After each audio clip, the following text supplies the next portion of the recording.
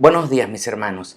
Hoy quiero comenzar mi reflexión con una pregunta y es que te preguntes a ti mismo si has pensado alguna vez en cuanto a cuál es el origen de nuestra desobediencia o de tu desobediencia.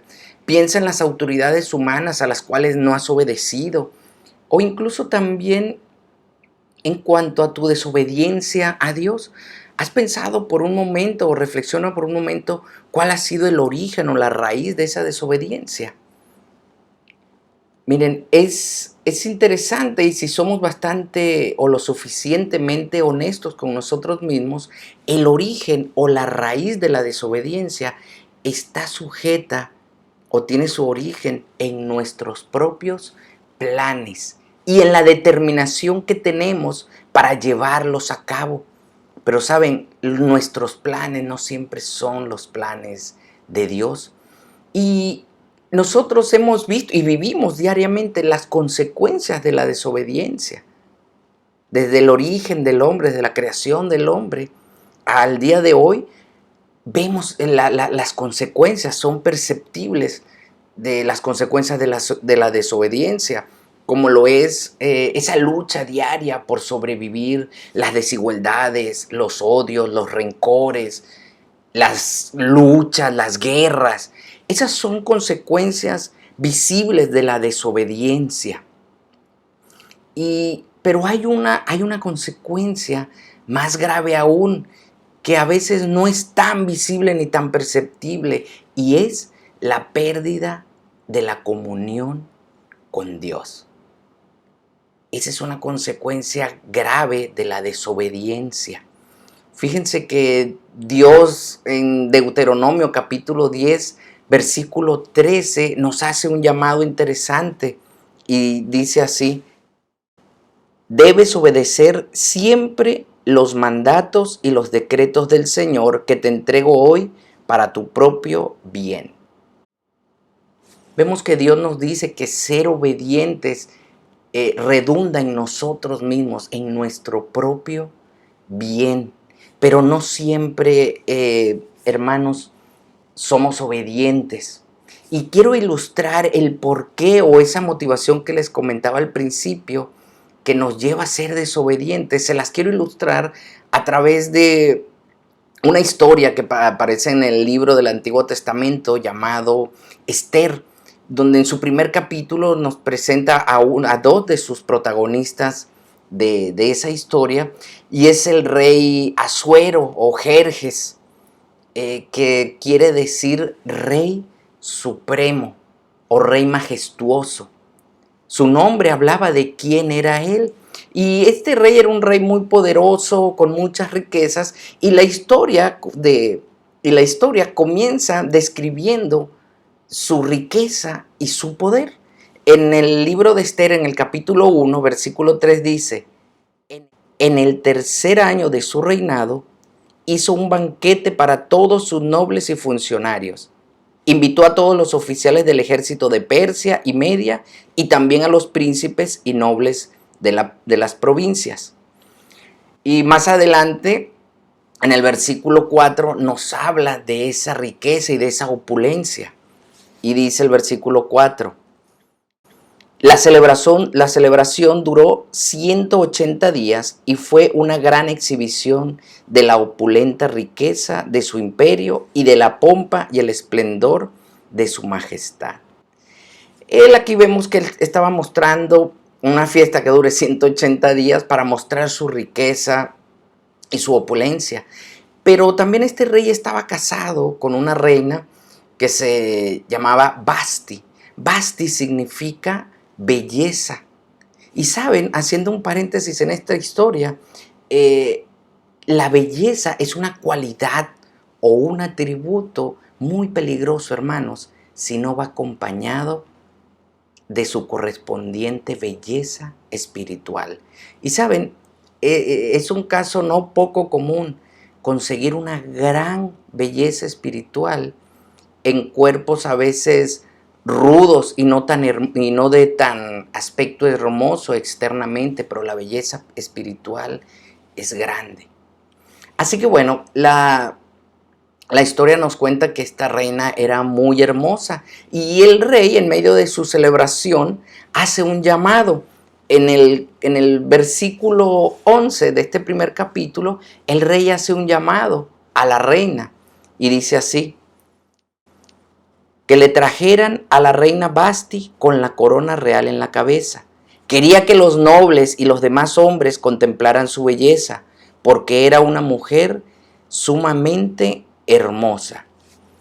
En este punto yo no quiero que nos concentremos en las costumbres de estas cortes paganas, ni si el llamado del rey o el requerimiento del rey no era moral, sino yo quiero que nos centremos en esa enseñanza subyacente, en ese llamado subyacente que hay ahí en el llamado del rey.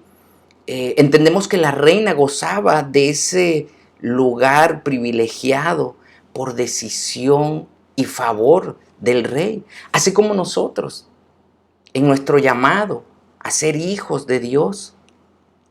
No es porque nosotros lo merezcamos, sino es por la gracia de Dios. O sea que la reina no ocupaba ese lugar únicamente por un mérito propio, sino porque gozaba con el favor del rey. Y es aquí donde viene la enseñanza, ¿no? El centro de la enseñanza. Y es, ¿qué pasa? ¿Cómo responde la reina al llamado del rey? Bueno, en el versículo 12 dice: pero cuando le comunicaron la orden del rey a la reina Basti, ella se negó a ir. Esa respuesta enfureció al rey y lo hizo arder de enojo. Pensemos por un momento, ¿qué motivó a la reina a desobedecer el llamado del rey? Y es aquí donde quiero que centremos nuestra reflexión. ¿Qué la motivó? Bueno, en el versículo 9, ese pasaje nos arroja luz en cuanto a su posible motivación de rehusar el llamado del rey.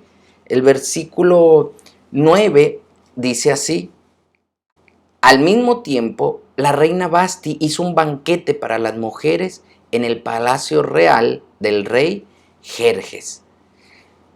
Posiblemente ella se encontraba ocupada en su propia celebración, en su propio festejo.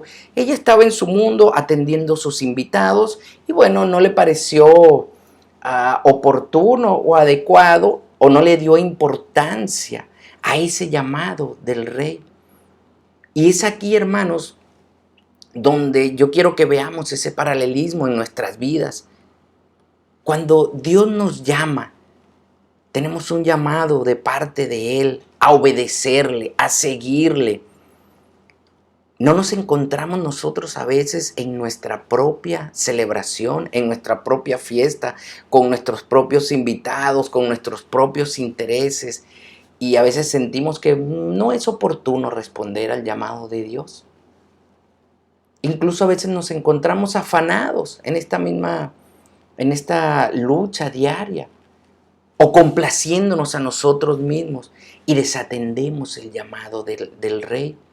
Desatendemos el llamado de Cristo a ser sus siervos, a servirle, a estar en su presencia tal cual como lo estaba demandando el rey Jerjes a la reina Basti. Pero saben, hay una consecuencia y la reina Basti la sufre. Más adelante, en el versículo 19, nos habla de la consecuencia de su desobediencia. Dice el versículo 19: Así que, si al rey le agrada, sugerimos que emita un decreto por escrito, una ley de los persas y los medos que no pueda ser revocada. Debería ordenar que la reina Basti sea excluida para siempre de la presencia del rey Jerjes y que el rey elija otra reina más digna que ella. En este punto me pregunto, hermanos, ¿habrá pensado la reina Basti en las consecuencias de desobedecer al llamado del rey?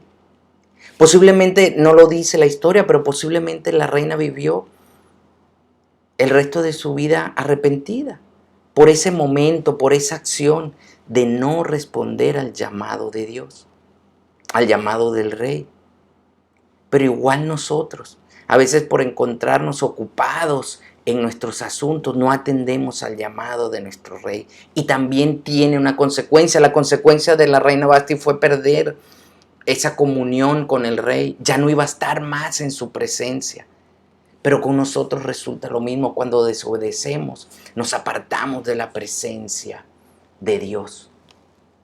Ya no gozamos más de su presencia. Y Jesús en el libro de Apocalipsis nos da una advertencia. En el capítulo 3, en el versículo 11 de Apocalipsis, Jesús dice: yo vengo pronto, aférrate a lo que tienes para que nadie te quite tu corona.